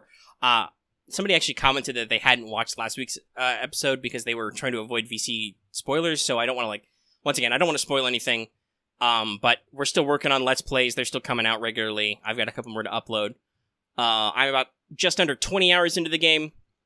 Though part of that is because I've been unlocking and playing lots of squad stories, because you were right, holy shit, squad stories are amazing. I love the detail they give on squad members, and I love that some squad members have an inner monologue in them. Like, that's compared to, like, VC1, that's so great that you can, like, literally get inside their heads in some of these moments. So that's really cool. Also, I complained before about how a lot of the squad E guys are fuck-ups. Most of the time, doing their squad story, if they have one, will smooth out some of that. It'll, like, change some of their parameters. Like, like, Farrier's changing her one from, like, what was it? Like, Farrier's, like, story is still my fucking best, because... Yeah, no, I did that one I'm on assuming camera. you've done it. Yeah, I've done it. She literally fucking punches open the mask. And Stanley's like, a fucking angel. And then she runs away. I said this in the Let's Play, I'm like, so I'm pretty sure they were lazy and didn't make an unmasked model, but I know they have swimsuit DLC, so maybe Unmasked Farrier DLC sometime? Because I was like, there's no fucking way they're going to change your model. And they didn't. She just puts her mask But back on. But I was okay with that, because it kind of makes sense. You don't get over trauma in a day. Well, and also there's a reason for her mask. Like, she doesn't want her face to be seen for a reason. Once again, no spoilers. But, yeah, that changes her introversion to, like, Masked Angel or something, which gives her an entirely different buff. And it's like, oh, yeah, that's cool. Curtis and Eileen's, one changes their relationships, which previously they had negatives when they hung out with each other. Now they have positives. So that's cool. It encourages you to use them to team up. That one was easy, but at the same time it was annoying because it was like, I'm literally stuck with a Lancer, an Engineer, and a Scout. And I have to, like, charge across the map. I'm like, fuck, I really wish I could spend the extra command point to summon a Shock Trooper or something. Jesus. There's a reason team comp is important. Have you got the ability to assign a leader yet? Command moves? Yeah, but if there's an ability to, like, assign other leaders, no. But I can do the thing where you spend the SP and, like, you can tug people with you. I love that mechanic. Yeah, okay, yeah. You get, so you probably haven't gotten, like, full on through, like... No. where are you in this? Story-wise, I'm at Chapter 5. I have not started it yet.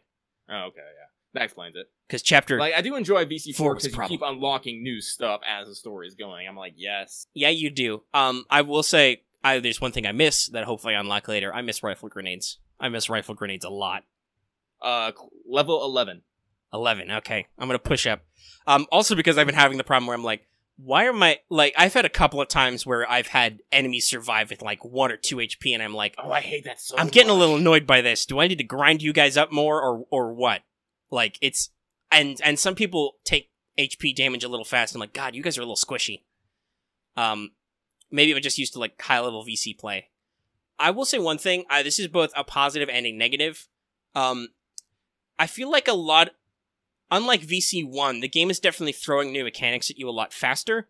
At the same time, I think some maps are overcomplicated by it. Like, there's some of these cases where there's a little too much gimmick, and it's like, okay, this is cool that you're giving me new stuff every time, but a lot of this just overcomplicates it. Like, I'm not going to spoil the circumstances, but look for a future episode. It's called, I'm looking at it right now, actually, because I'm looking at the video list. It's number 7. It's called Man Angry About War.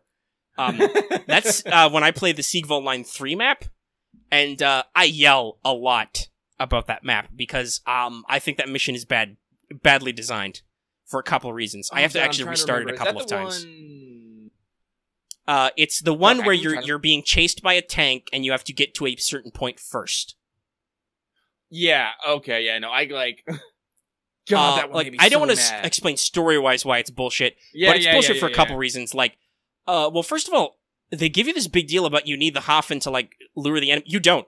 You don't even need the Hafen to live. That's what happened. The enemy tanks blew up the Hafen right away. Well, I'm over.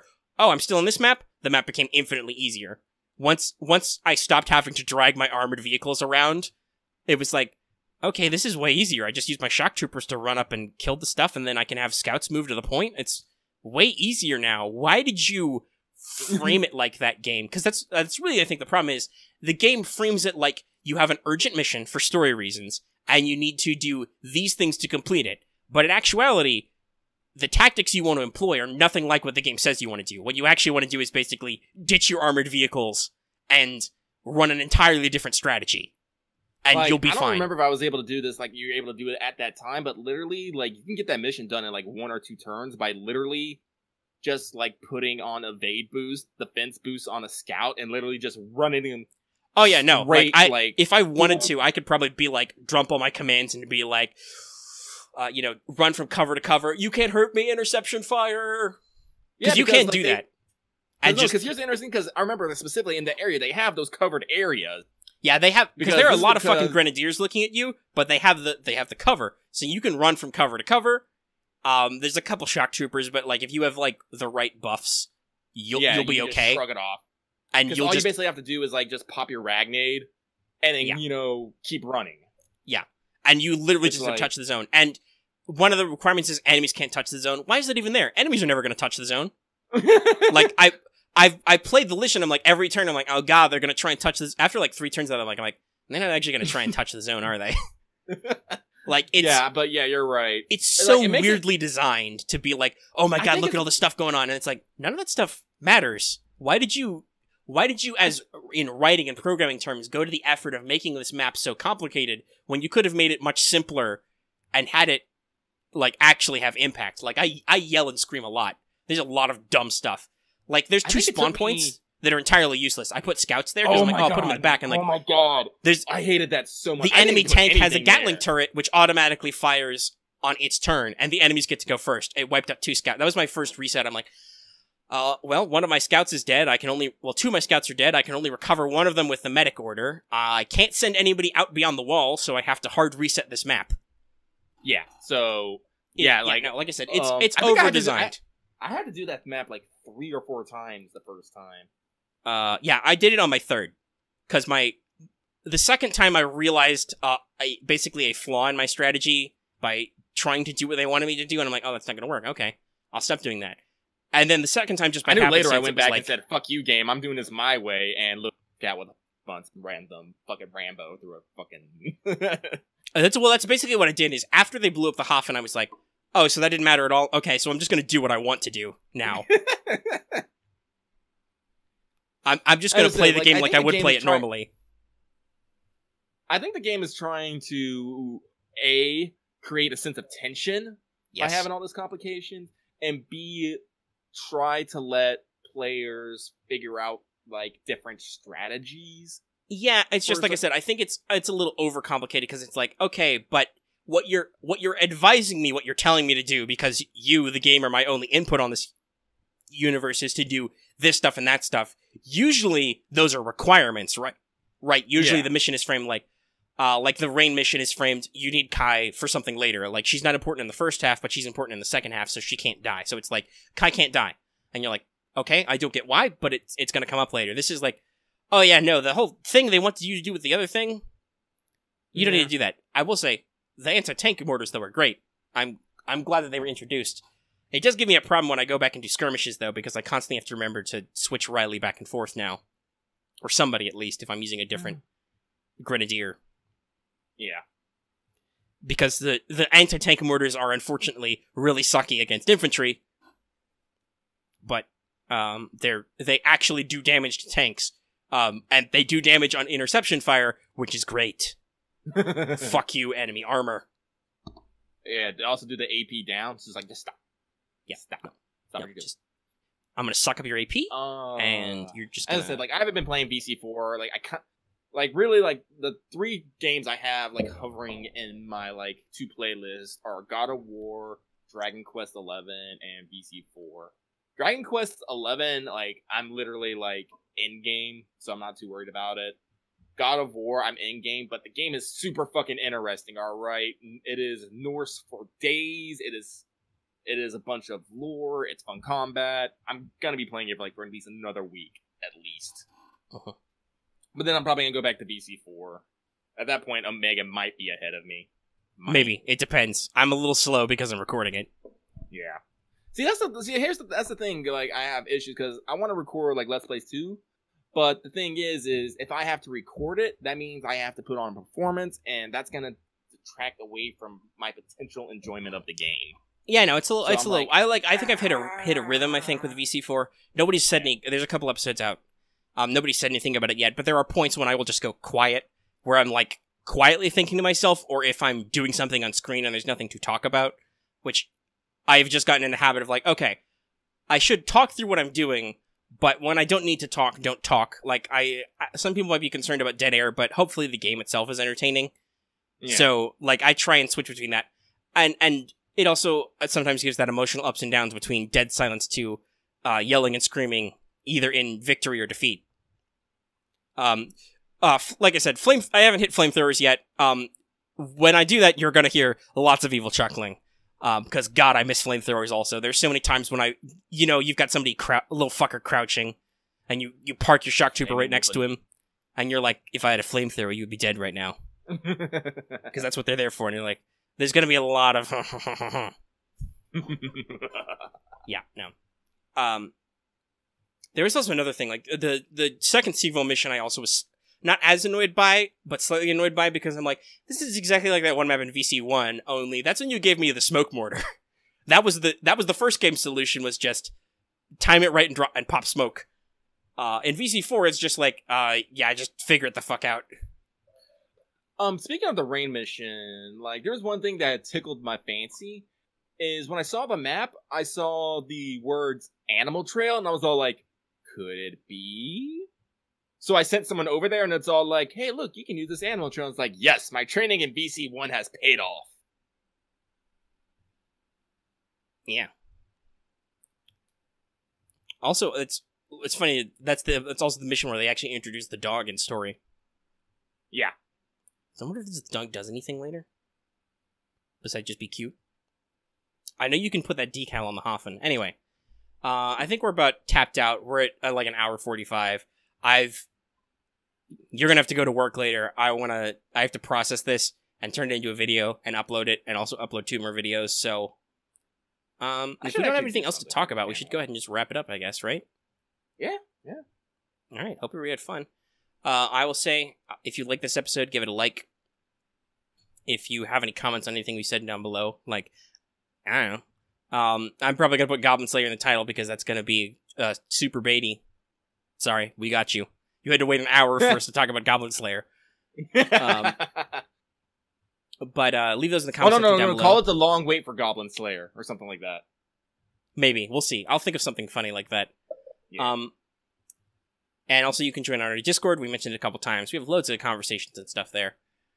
And also, if you happen to be new here and haven't already, please subscribe. And also, even if you have subscribed, don't forget to hit that bell for notifications so you always know when we post an episode, because really there are times when you have no idea when we're going to post something. I'm sorry. And, well, I mean, it's not entirely your fault. Like, What's Up is kind of like that, too. Like, am I going to post the video on, like, Saturday or Sunday? It really depends on how long it takes to render. Sometimes. I promise I'm going to try and edit better this week. Yeah, well, you say that, but I think we're going to have voice on, so... Oh, God. We'll see. Anyway, thanks, everybody, for your time. We'll see you next time for whatever the fuck we want to talk about this week. Later, everybody. Good night.